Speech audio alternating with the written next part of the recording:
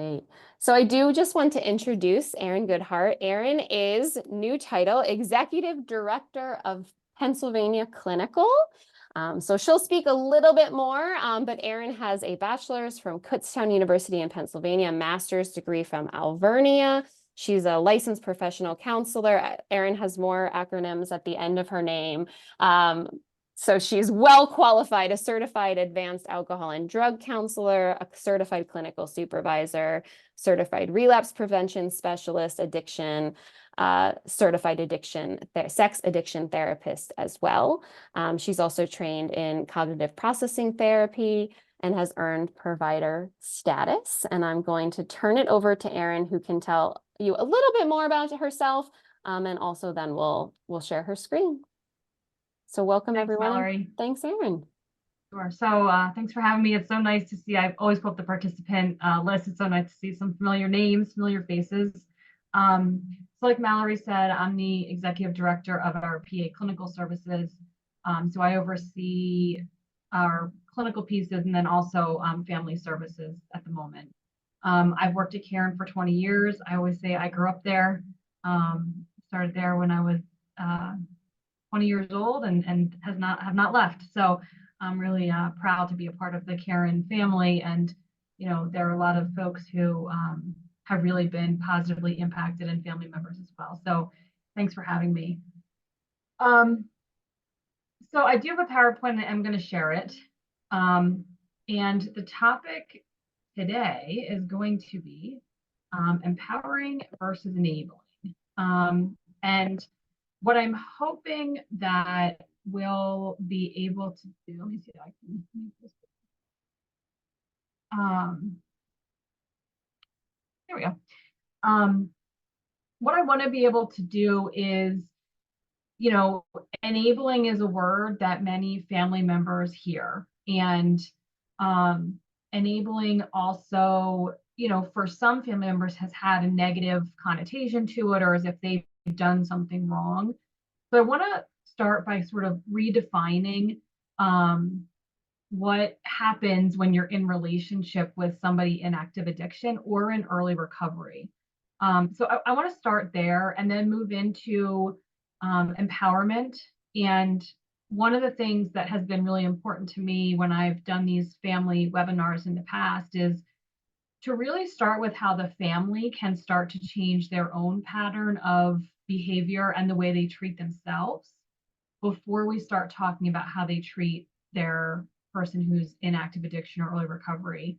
My other, you know, kind of thing that I always like to say is that I grew up around addiction, but then I was very, very blessed to grow up in recovery. There was, you know, my father got sober when I was 10 years old. And from that point on, AA was a part of our life. 12-step language was a part of our life. And really learning to focus on, even as a little kid, like what I needed versus what my dad needed. So this is a topic that's really important to me, and I like to start with how the family can begin to heal if their loved one is not able to stay in recovery. So I'm going to actually start, as I usually do, with a little meditation.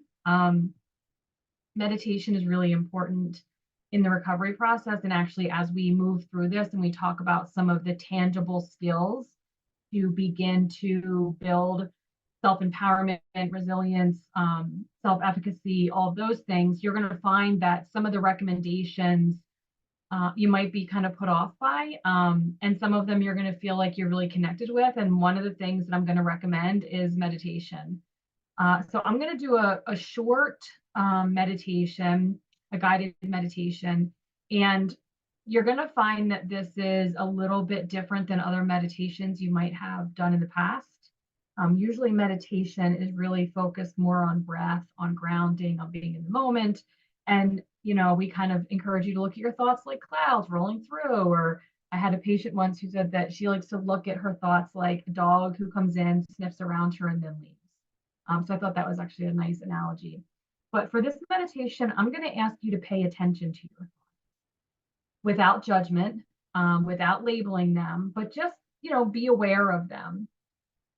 If you want to close your eyes, you certainly may. If you prefer not to, that's fine too. Some folks, depending on their history, closing their eyes is actually more anxiety provoking for them, and that's certainly not my intention. But I want you to go ahead and just kind of get yourself, into a comfortable position. Take a few deep breaths. And I want you to start to think about some thoughts and things that have been on your mind, maybe some concerns or worries, memories that have been coming up for you. And I want you to start to think about whether those thoughts, memories, beliefs, concerns, if they're helpful or not. And I want you to start to ask yourself, does this thought contribute to the betterment of my life? Or is it something that I cannot control? Is this gossip? Is it drama? Start to think about, kind of the thoughts that come up for you and begin to explore whether or not they're helpful or not so helpful. You can let the thoughts just pour in as quickly as they need to, as quickly as they come. And begin again to think about them as beneficial or not so beneficial. And try to imagine those thoughts that are not as helpful for you. Imagine them starting to dwindle and fade. And imagine that you can take the thoughts that are helpful and apply them to your future goals, your dreams. And those thoughts that are not helpful are going to creep in and they might get louder. And you can just simply acknowledge them. You can say that I hear you. I don't need you right now.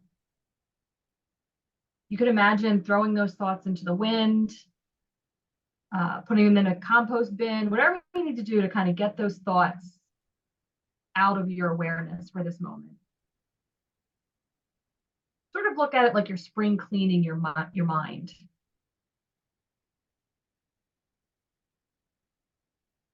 And as you continue to sort through those thoughts and put those unhelpful thoughts in a pile, you can imagine that you put them in a fire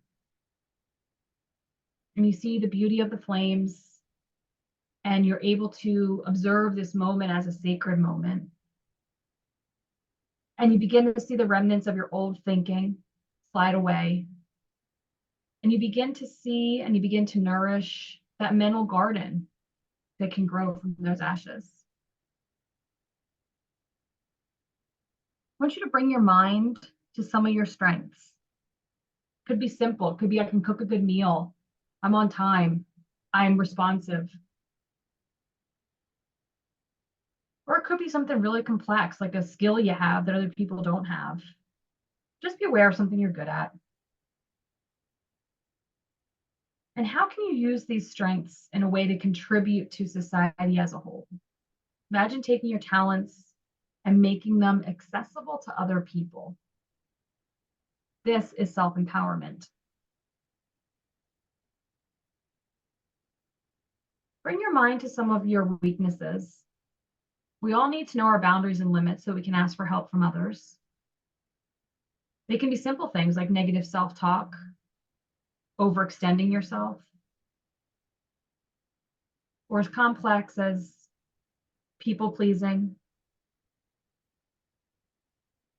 And remember that you have support. We're all here for each other, and we can all provide something to someone else. And we can have the gift of receiving something. And this is also self-empowerment.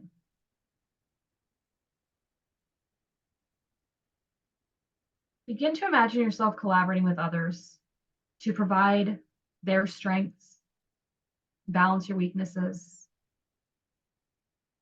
Imagine working together. I want you to just repeat these affirmations to yourself. I choose to use my strengths and acknowledge my weaknesses. I choose to grow and excel and not compete with others. I choose powerful thoughts. I choose to be motivated. I choose to listen to others but not be affected by negative opinions.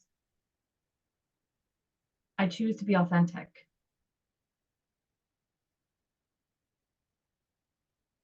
I want you to take a few deep breaths. When you're ready, you can open your eyes, come back to this place.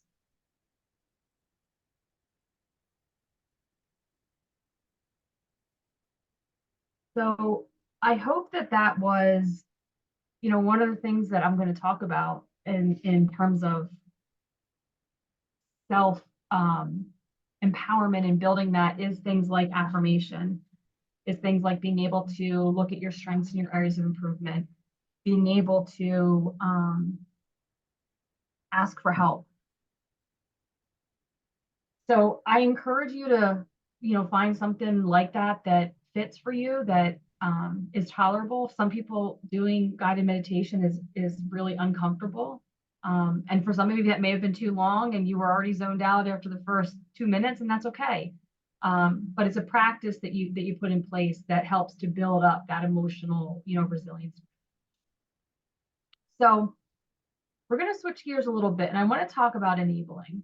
So most people who are in relationship with somebody who's got an active addiction or an early recovery has heard the word enabling. But I want to start to redefine how we look at enabling. So, enabling has deep roots in Al-Anon, right? And codependency and things like that. But the reality is being in relationship with somebody who's in active addiction or early recovery is really difficult. Many of you can attest to that: emotional stress, physical stress, spiritual stress. And we are biologically wired that when we experience stress, we move into survival mode, right? So we're familiar with things like fight, flight, freeze. And there was a new one recently added called fawn, right? So we know fight, freeze, flight, but fawn is also when we engage in relationships that to please the other person.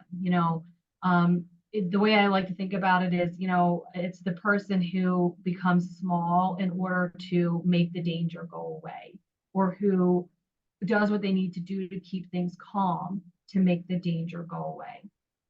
And when we're in relationship with somebody who's in active addiction or early recovery, we're experiencing stress, and it's likely that those primal instincts are going to kick into place.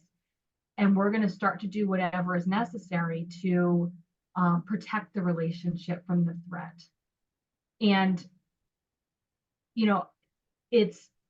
I don't want people to feel like engaging in these behaviors is somehow caused the addiction to continue, or that it's going to make it stop. We talk about three C's. I didn't cause it, and I can't control it, right? So being able to recognize that these behaviors are really coming from a place of love and care and concern.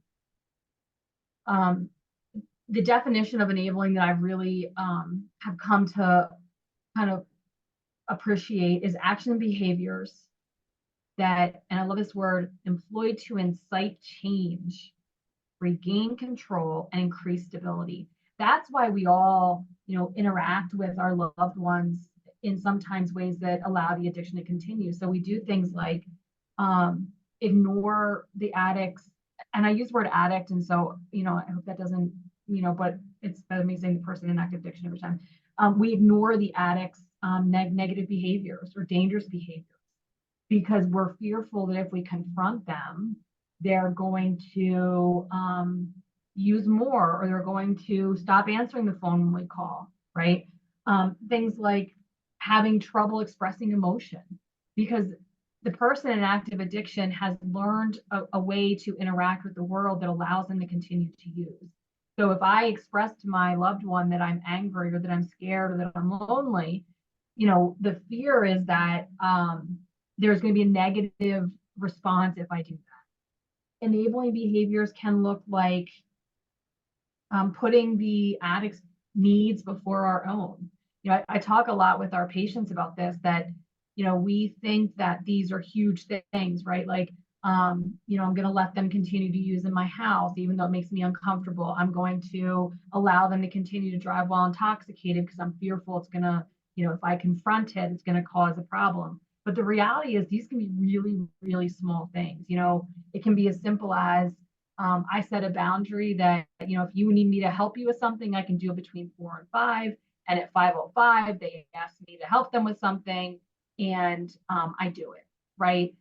So these enabling behaviors and putting other people's needs before our own don't have to be huge things. Lying, most family members have done that at some point, lied to other family, employers, children, partners, right? Lying to cover up the behavior. And it eventually turns into resentment from the family member. So those are kind of like some older, like specific examples of what enabling behavior can look like. It's really, it actually really disempowers the addict, and puts them in a position to kind of to not have any control. There's also this cycle that happens with enabling behaviors. So you're going to see on, in this diagram, this part that says enables. So family members often enable the addict's behavior, or even the person in early recovery. So actually, in a minute, I'm going to talk about what happens when someone's actually in recovery and how enabling can work. And so we enable something, right? We make an excuse for work. We, make an excuse why they're not at the soccer game. We avoid our own emotions and prioritize their needs before our own. So we do something and enable. And guess what? For a minute, it feels good, right? Like we have a payoff, at least initially. It may not last long, but initially we have a payoff for that. The addict is kind to us. They thank us. The families are grateful, right? We have some sort of positive response from it. So we get the payoff. We think we're helping, right? Even though it might be short-lived, it might be that they get through the soccer game without drinking, or they, are able to follow the boundary put in place. You can't use my house, right? So we think that we're helping. It's often short-lived. The reality, though, is it doesn't solve the problem, right? And then what happens is we end up feeling resentful, frustrated, unappreciated. And then the addict does something again, and we enable again. We have a short payoff. It's short-lived. We doesn't solve the problem. So we find ourselves in this cycle over and over and over again. And the thing about addiction is this cycle is difficult to change because we've often been in it so long with the people in our lives, right? So if my partner calls me and says they got arrested, right? The enabling part of me is going to say, all right, I'm going to bail you out of jail. I'm going to get you an attorney, and I'm going to drive you to work. I feel needed because I get to drive them to work. I get the attorney. I think I'm being helpful. But as soon as they're out of police custody, they're back to drinking again. So the problem's not solved. So I'm angry and resentful, right? And then something else happens, and I go get back in this cycle over and over and over again.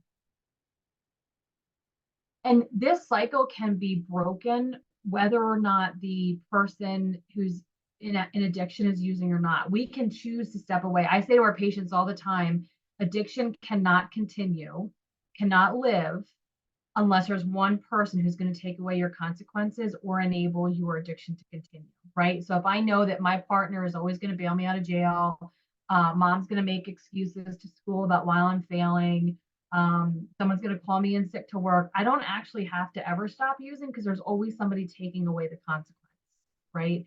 And that's a really good way to look at if what you're doing is enabling. Is it taking away a consequence from that person?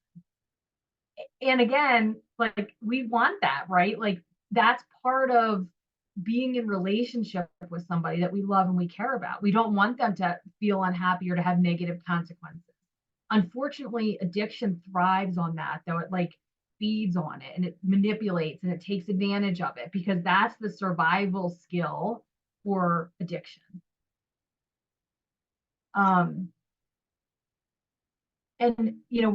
I know I just gave a bunch of examples of sort of traditional enabling behaviors that we think about. But I want to talk a little bit about some things that we might not think about as enabling behaviors. So, I think we can have the specifics of what enabling behaviors look like, right? The lying, the blame, that's a really big piece with enabling too, the blame, the covering up, making excuses. But there are some things that we might not consider as enabling behaviors. Because again, early recovery is also very difficult. So some of these examples are more, so we have enabling when someone's in active addiction, right? Which we're probably more familiar with. But then if we think about how enabling can occur when somebody is in active addiction or in recovery, I'm sorry, there's ways that that happens too. And early recovery is difficult for not only the addict, but also for the family. I think a lot of families think if they just get into recovery, everything's going to be fine. Especially those who this is their first go around. I know some of you, you've been doing this for years and you know that things are going to get difficult when your loved one gets into recovery. Or even if they're in recovery and there's a challenging situation, people revert back to old behaviors very quickly, even if it's not using.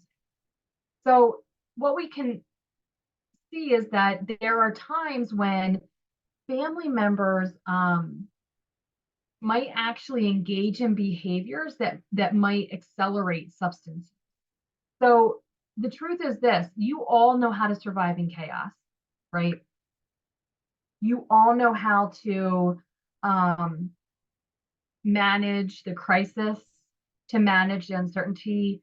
Some of you don't know what it's like and don't know how to manage a authentic relationship or a period of calm, even though we all want it, right? We all want to be able to trust and be able to, not get anxious or panic, going to bed at night, the phone's going to ring. But some people don't know how to survive that. We've never learned it. We've just lived in chaos.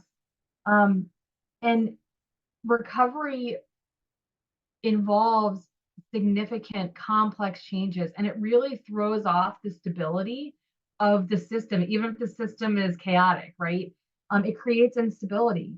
And sometimes family members can't tolerate that. They can't tolerate the calm that can really come in recovery. And so sometimes family members will do things that might encourage their loved one, or they themselves might return to addictive behavior. That, that lying, manipulating, kind of picking fights. I'm always a big fan that it takes, two people to engage in a dynamic, and oftentimes we know how to push each other's buttons. So a little later, I'm going to talk about, if we move away from this enabling and more towards this empowerment standpoint, how we can start to be aware of when our buttons are being pushed and when we're pushing other people's buttons because we want a certain response.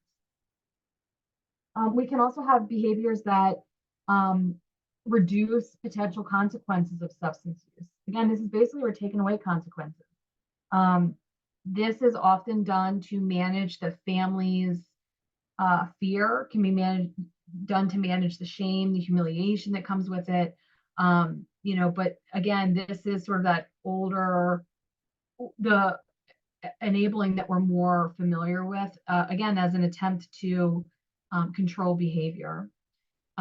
Behaviors which minimize positive efforts towards change.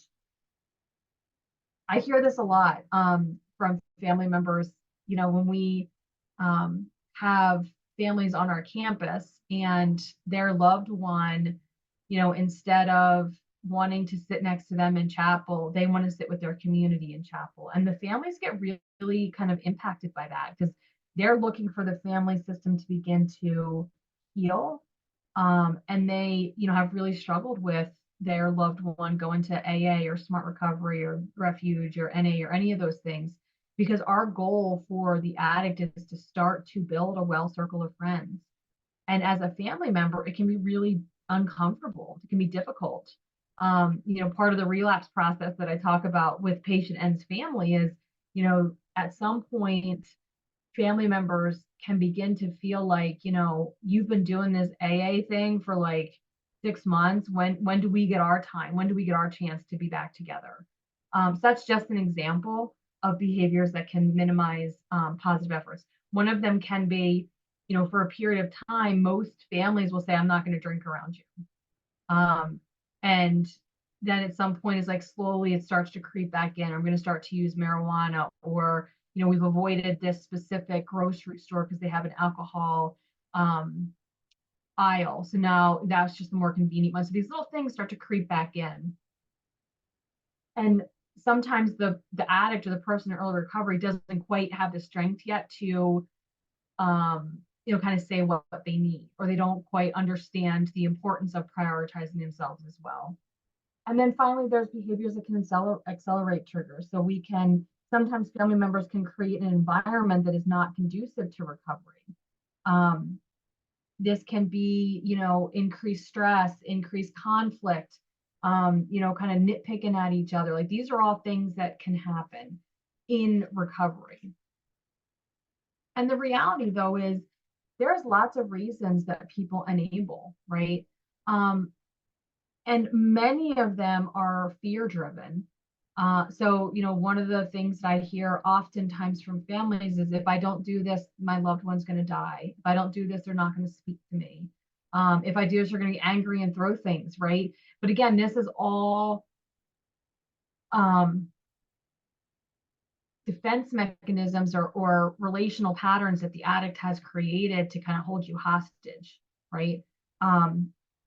But there's a real fear that if from family members, that if they don't enable their loved one, that the relationship is going to end, that something terrible is going to happen. And I'm sure that there are people on this call right now who have done everything that they could have done, and unfortunately, their loved one was taken out of this world by mental health, by substance use. There's no guarantee that anything you're going to do is going to save them. And then also, we're humans, and we want connection, and we have empathy, and we don't want to see our loved ones suffer. And it's never ill-intended, right? So I always like to just hope people understand that even though some of these behaviors may have allowed the addiction continue, it's truly out of survival. It's truly out of just, it's the only thing you know how to do. I always say it's a normal reaction to an abnormal situation, right?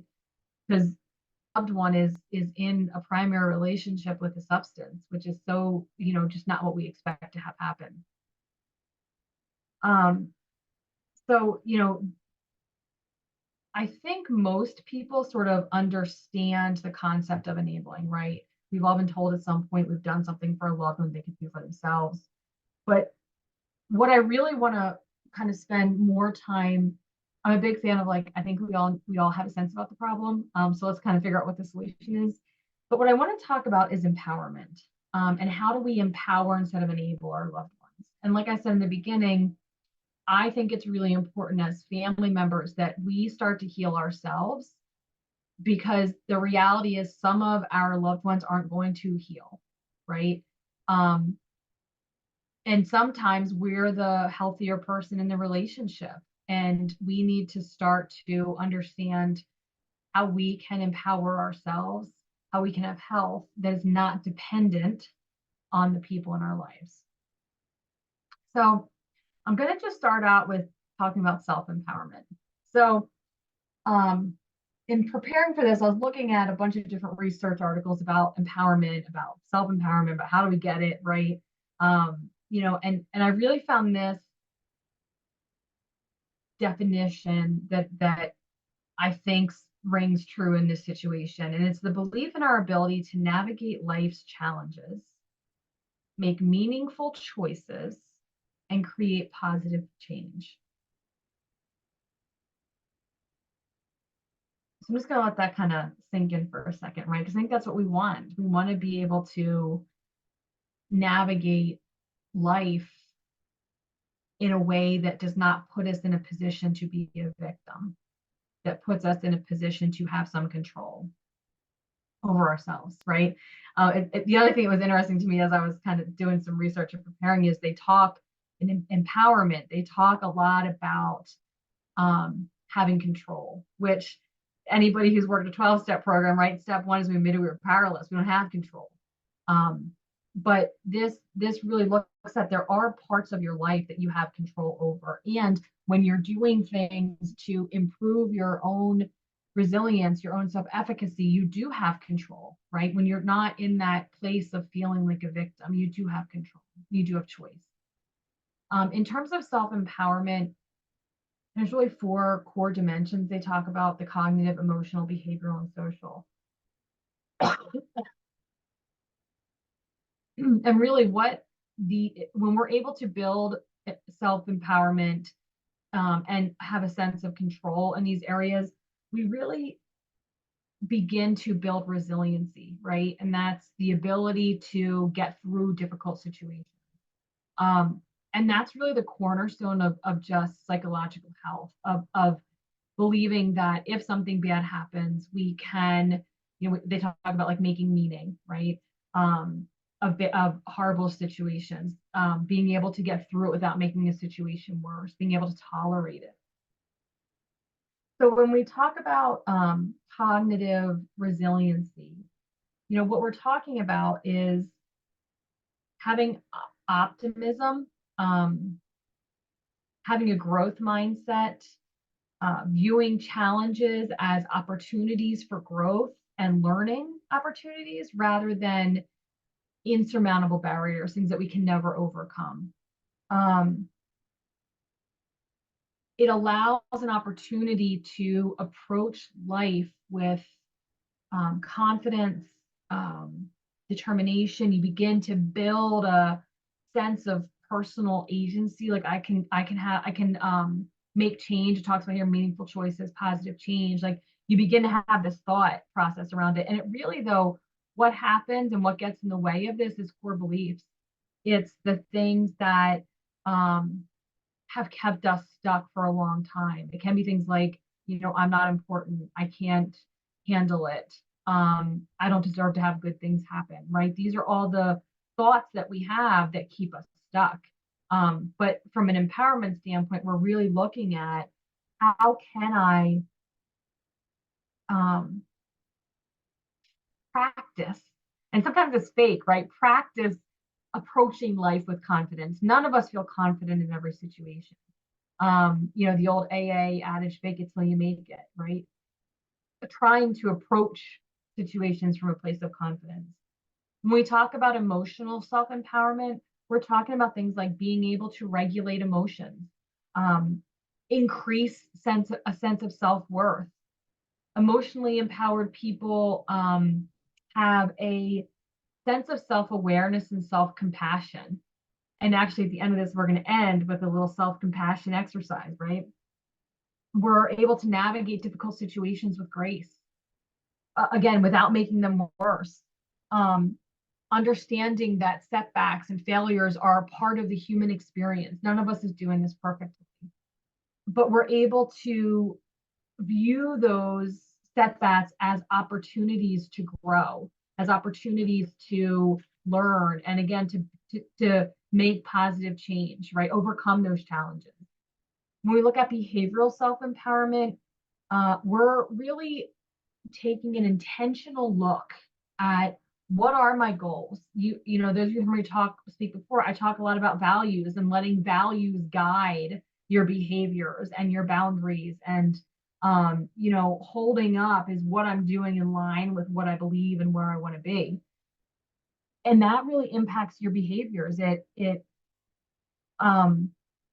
allows us to have proactive behaviors, taking initiative, being responsible, developing perseverance in the face of obstacles, giving us determination, right? These are all things that are empowering, that it's not this victim standpoint that we're approaching the world from. And then finally, social. Excuse me, do we have interpersonal relationships? do our support networks contribute to our belonging rather than tear us down?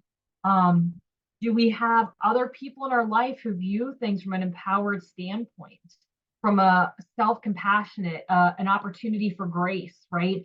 Are the people who are we surrounding ourselves with? This might mean seeking out other mentors, role models, supportive communities, right? Encouraging personal growth and development. So self-empowerment is something that we work towards.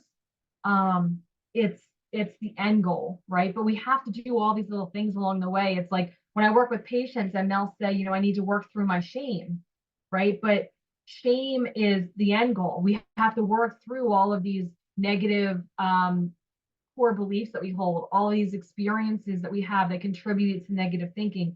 It's the same with self-empowerment. Self-empowerment is the goal, but we really have to be able to challenge our thinking along the way. We have to be able to manage emotions effectively, to work within our values, to have people around us who can support us so that we can work towards self-empowerment. It's certainly not something that comes overnight, right? It's something we have to work at. So, you know, what are some skills to develop self-empowerment? Again, these are things that take work, right? We can't just, you know, osmosis us to feel like empowered people. And they take time. Y'all, you know, journaling, I'm a huge fan of, even if it's 3 things a day, just journal 3 things a day. But it really promotes self-awareness. It identifies patterns that we fall into that might be less self-empowering and more maybe on that enabling side of us, right? It helps us to set goals, gain insights into ourselves, right? So journaling is number 1. And that also goes along with the gratitude practice for me. Again, 3 things you're grateful for each day. There's tons of research that suggests that it can increase resiliency, decrease depression and anxiety, increase general life satisfaction. It doesn't have to be 10 things every day, literally 3 things I'm grateful for. And it can be, you know, my father used to say to me before he passed, he always used to say, you know, one of the things he was grateful for every day is he woke up on the right side of the grass, right? Like, no, every day is a good day no matter what happens. Page 21 from the Any book, right? So we start to look at these things, the little things that build up. Vision boards, you know, people have big vision boards, and you know, my family, my kids and I, we do one every year. And it's really simple. We have it broken down like spiritual, you know, what's important to us. Is their home improvements? Is their vacations, or like things that are important? What is their goals in terms of school, in terms of their activities? Is there, I may have said every house projects we have to do. So it can be, there's tons of templates on Etsy actually. So your vision boards can be very simple. Goal setting and accountability, you know, the goal setting piece can be easier, but the accountability piece, you know, people have journals that they'll, you know, my goal is to exercise 3 days a week, and they'll mark that, or to save a certain amount of money, or to begin to practice appropriate boundary setting as they're able to tolerate, you know. So starting to look at what is the goal setting, but then what is the accountability piece in it? Mindfulness meditations, we started with that. Affirmations, started with that. And then practicing self-compassion. So these are some ways that you can start to build your own self-empowerment. Now, some of you are here saying, but what about my loved one? You know, like, I have enabled them. How do I move into an empowered relationship with them? Again, though, I'm a firm believer that we have to start to change ourselves on the inside before we can change our relationships with other people. So I encourage you to give self-empowerment, give some of these things a try, and start to approach the world from that perspective. Like, you have some control, you have some power, you have some choice in your life. So when we talk about empowering your loved one, so one of the things that I like to think about is, you know, really when someone gets into early recovery, the real goal is to turn over control to them as soon as possible. Um, so they can begin to also build their resiliency, their self-compassion, their positive self-regard, right? And I know that that's scary because we don't yet have trust. We're still concerned that they're going to go back to old behaviors. Um, we may put a tracking device on their phone without telling them. We may have the breathalyzer at home that we want them to do when they walk in the door, right? But that those attempts to control behavior often are ineffective, and you end up feeling resentful and angry and frustrated. So when we talk about beginning to empower loved ones or people in our lives, there's a number of things that you can do, and not all of these are going to work for everybody. Some of these are going to seem too scary to start with. So start with what you can. um the biggest one is knowing your limits. Knowing, and limits is the word that I have in here, but it's really like, what are your boundaries? Boundaries are tough for people. It's scary to think about what a boundary might look like. And here's the thing: if you're a family member and you've asked somebody else, what should I do if my partner, my son, my mom, my dad goes back to using, and they give you an answer, it's likely not something that you're going to be able to tolerate. One of the things that I get asked all the time is, should I kick him out of my house? They keep using. I can't answer that for you, right? Is that something you can tolerate? Is that something that you can live with? Just because you have somebody living in your house who's an active addiction, you can still have boundaries in place, right? Like, it could be, when I'm not home, you can't be at the house. It could be you don't get a key to the house. It could be you can't use in the house, right? But for some people, their loved one having the option to lay their head in their bed at night is okay with them. For some people, they can't. Like, if you're using, you can't come to the house, and they can tolerate the consequence of that, right? Um, Knowing, am I going to support a cell phone or not? Am I going to let them see the kids or not? Like, these are all things that each individual has to decide, because what I can tell you is that the difference between enabling and empowering: enabling is, I set the boundary that if you're using, you can't see our kids. And then my partner calls me crying, upset. The kids are crying and upset, and I give in and I say, you can see the kids. That's enabling, right? The difference of empowering is, hey, listen, I want you to see the kids. Like, they want to have a relationship with you. There's a part of you that wants to have a relationship with them. These are the parameters we need to put in place. And these are going to be agreements that we make together mutually with a respectful interaction to make this successful. Um, this can also, knowing your limits and express your limits. Knowing your limits is also, one of the things that I've become more aware of in my own life is, there are times when my emotional bandwidth is not there, right? Like, I'm emotionally exhausted, I'm emotionally dysregulated, and I cannot tolerate having a conversation, whether it's with the IT department at work or my partner, right? So knowing your limits and expressing your limits is being able to say, you know what, this conversation is really important to me. I do not like, whatever I'm going to say is not going to be what I want to say. It's not going to come out that I want it to. We're going to get in this dance that we always do. I'm going to take 15 minutes, but I will come back to it. It can be as simple as that. Showing faith. This doesn't mean that, it's not blind faith. It's not saying that, I am going to trust everything you say. But what showing faith does mean is saying, children, I believe that you have the skills to figure out what you need. And if that includes me being involved in it, I'm here if you need it, right? But it's again about increasing their ability to make changes in their own life. Respecting privacy. Again, this is something I really should have had, this one, agreements instead of rules. I should have had that like at the top too, because again, this is something that you guys can agree on, right? With the young adults, especially in treatment, we used to have a very punitive system, right? Like, these are the rules, you follow them or you don't. If you don't, there's consequences. But what developmentally, like even what the research is suggesting, is if we can have agreements, like these are the baseline, right? So with our young adults, it's things like not watching inappropriate things on TV. I'm just thinking of an example that just happened. So there's an agreement, like you can't watch this specific show in treatment. They agree to it. They understand the rationale of it. We come in, they're watching the show.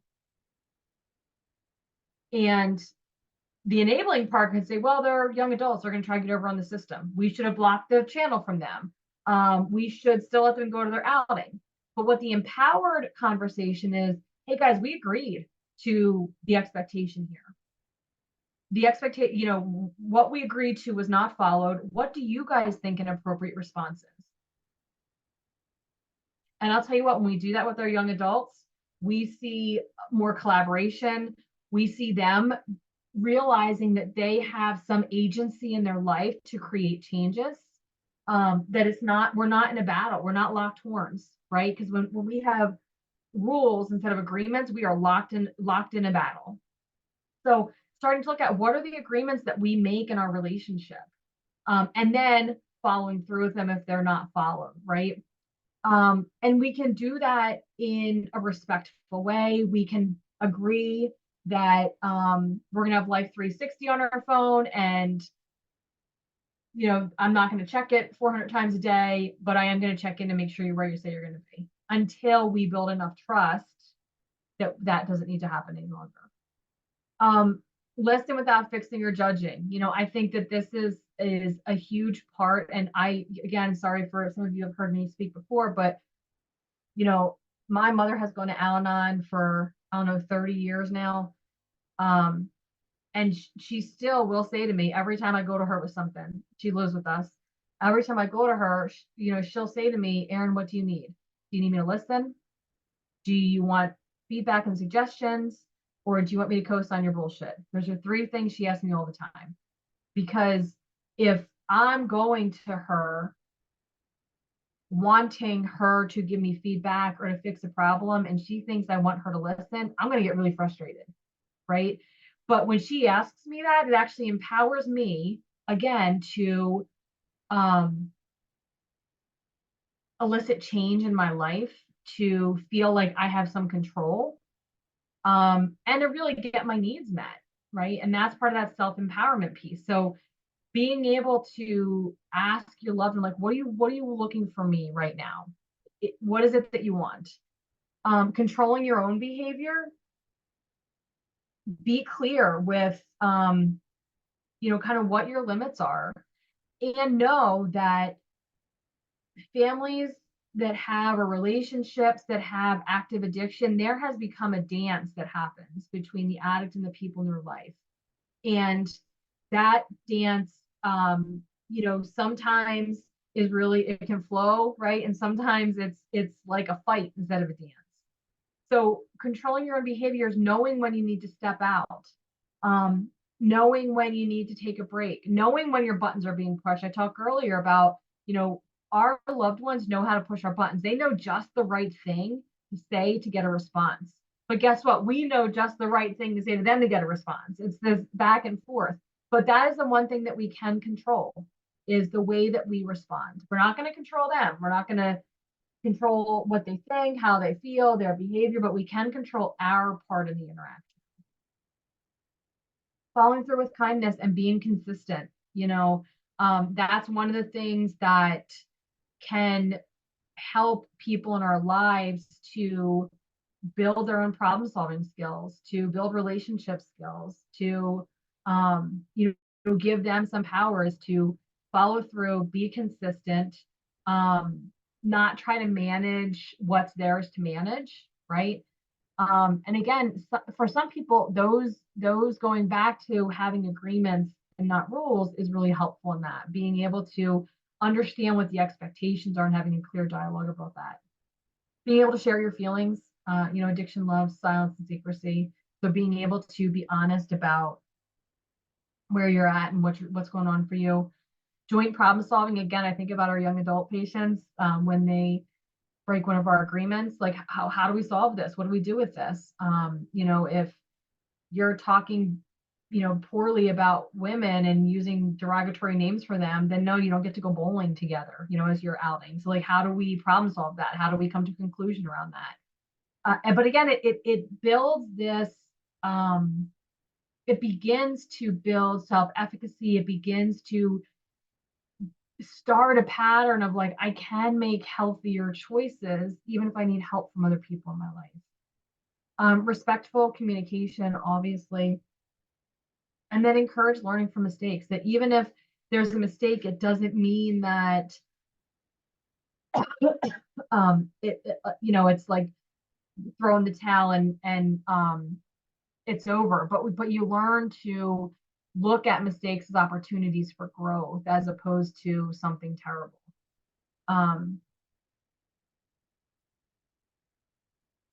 So I hope that you can see sort of the differences between enabling somebody, right? Taking away their control, really, taking away their choice, taking away their power. Whereas with empowering somebody, we're saying, like, no, we think that you can do this at some point. You might need guidance, you might need boundaries, you might need help, but we believe that you can make healthier choices in your lives.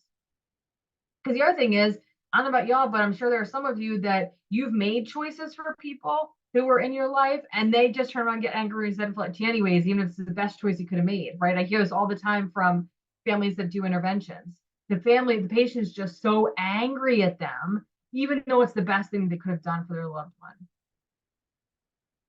So I'm just going to end here with a little exercise on self-compassion, because anytime we're in relationship with somebody who's in active addiction or even early recovery, there has to be a level of self-compassion that we have. And when we think about self-compassion, we think about it two ways. We think about it in being with ourselves, right? Having self-compassion with ourselves, and then how we act in the world as well. So I want you to just think for a minute about a difficult situation that you're having.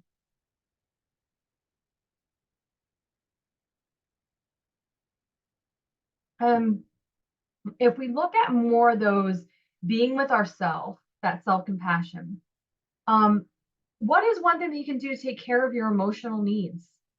And again, there are lots of things that I think about when I think about emotional needs. For some people, this is going to be, I can do a gratitude list. Three things I'm grateful for each day, even if it's like putting it on your phone or clicking it off in your head, right? I can do that. I can something meeting and taking care of yourself emotionally might be, when my loved one calls me I'm going to set a boundary that I will speak with you twice in a day. When they call me the third time, I'm not going to answer the phone because it's too emotionally draining. It could be, I'm going to talk to a friend for 3 minutes. I'm going to pet my dog, right? Whatever you do to take care of yourself emotionally. What's one thing that so that's comfort. So soothing, what's one thing that you're going to do to make yourself feel physically more at ease? I know that my thoughts might not be anxious, but my body will feel anxious.